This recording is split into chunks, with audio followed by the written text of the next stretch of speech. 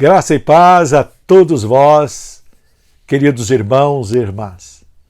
Nesta ocasião especial em que buscamos valorizar de forma muito peculiar a vida, o trabalho e a dedicação destas bravas mulheres que, como verdadeiras heroínas, se dedicam ao ministério extraordinário de criar filhos, de educá-los e dar a eles não só a formação intelectual, mas aquelas mulheres cristãs se dedicam também à formação espiritual. Neste dia, quero abraçar todas estas grandes mulheres de Deus. Que Deus abençoe nossas mamães nesta ocasião tão distinta. No tema de hoje, eu estou focando um fenômeno que é tão marcante nesta pandemia que estamos enfrentando: a morte. Estamos vivendo e transitando no vale da sombra da morte. Neste espaço tão tenebroso, precisamos da luz de Deus, da graça de Deus e da sua companhia. Fique conosco, porque é disso que trataremos no vídeo de hoje. Se você ainda não se inscreveu, se inscreva em nosso canal e divulgue-o, participe desse projeto. Conto com você. Vamos então ao nosso vídeo.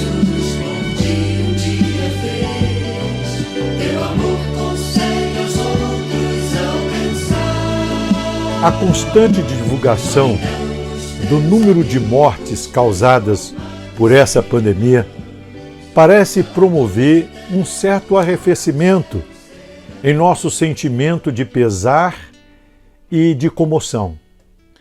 Vai se tornando rotina o fato de se tomar conhecimento pelas redes sociais, por exemplo, do falecimento de pessoas que estão direta e indiretamente ligadas a nós. O distanciamento e o protocolo que impede a realização de velórios, os velórios convencionais, parecem influenciar nesta mudança de reação e do enfrentamento de um fato antes considerado inédito, que provocava espanto e consternação, mas que agora parece que vai se tornando corriqueiro. O fato da gente estar recebendo uma notícia atrás da outra, notificando do falecimento de amigos e irmãos. O mundo, ou o pensamento secular, não esconde o seu desprezo em relação à humanidade das criaturas que são humanas. Para o mundo, a humanidade é um sinal de fraqueza. A ideia, então, é superar a humanidade com suas fraquezas. E a proposta do super-homem, da super-mulher, que aguenta tudo, que enfrenta tudo, é muito bem-vinda para o mundo. Desta forma, podem subir mais um degrau em ascensão ao topo, ao ideal de ser igual a Deus. Se um salto único é pretensioso demais, vamos então de degrau em degrau. E a ideia do super, então, é muito conveniente. Esta tese pode soar como um absurdo para muitos. Sim, eu admito isso. Mas se formos sinceros conosco mesmo, temos de reconhecer que esta ambição está bem arraigada lá no fundo do nosso inconsciente. E de alguma forma, de vez em quando, sempre vem à tona. Não faz muito tempo, eu afirmei aqui em um dos meus vídeos que esta crise que estamos enfrentando, causada pela pandemia, tinha a característica de ser reveladora. Uma destas revelações é a da condição e do grau, vejam só, da nossa humanidade. Estamos nos tornando mais humanos ou menos humanos?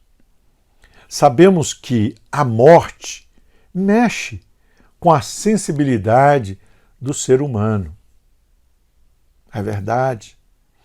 Toca as suas emoções. Do ponto de vista cristão, preste atenção, a morte é uma manifestação de juízo. A morte interrompe a sequência da vida, a vida terrena, desfaz sonhos, projetos e produz a temível separação. A morte foi introduzida no mundo por causa do pecado. Se você não sabia, fique sabendo que, segundo a Bíblia, o homem não foi criado para morrer. A morte sempre será um elemento estranho à vida do homem. Em condições normais, a morte nunca será objeto do desejo da criatura humana. Ela sempre será resistida numa luta renhida, onde os homens estão geralmente dispostos a dar tudo que têm para não sucumbir a ela. O pior da morte não é o fato de ela nos arrebatar deste mundo, nos separar de pessoas como os nossos familiares, nossos amigos.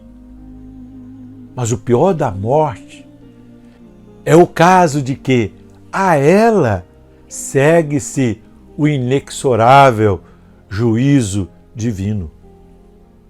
Somente os que estão em Cristo estão guardados desta terrível sentença divina. Esta verdade deve fazer estremecer o mais forte dos homens e deve comover o coração dos crentes piedosos. Sim, ao pensar na tragédia que segue a morte de um homem sem Cristo, seja ele pobre ou rico, indouto ou intelectual, simples ou famoso, deveríamos, na verdade, chorar por tão grande perda. É uma vida humana. E mais, deveríamos nos debruçar em arrependimento diante de Deus por nada ou por pouco ter feito em função de levar os perdidos a conhecer a Cristo. O evangelista John Harper estava a bordo do Titanic quando este veio a pique, levando para além das profundezas abissais cerca de 1.300 pessoas. Você conhece a história narrada em filmes, em livros. No meio da tragédia, Harper descobriu a razão de estar naquele navio e as águas gélidas do Atlântico não o impediram de evangelizar as pessoas que sucumbiriam naquele acidente náutico de grandes proporções. Meu irmão, minha irmã, deixe-me dizer, olhando nos seus olhos, estamos no meio de uma tragédia de dimensões ainda não imaginadas. Pessoas estão morrendo como moscas. longe de amigos, longe dos pais, longe dos filhos, longe dos irmãos. Gostaria que você pensasse nisso. Ao invés de somente lamentar ou discutir se o cristão deve ou não deve ser solidário à morte de uma pessoa sem Cristo, posto ser famosa, eu gostaria de lhe advertir, por meio deste vídeo, como um ser humano que somos, não somente deveríamos mostrar solidariedade na morte de uma pessoa, mas como filhos de Deus, lavados, purificados pelo sangue de Jesus, devemos fazer mais. Devemos evangelizar, devemos nos dedicar ao trabalho da evangelização, compartilhar com essas pessoas do amor de Cristo.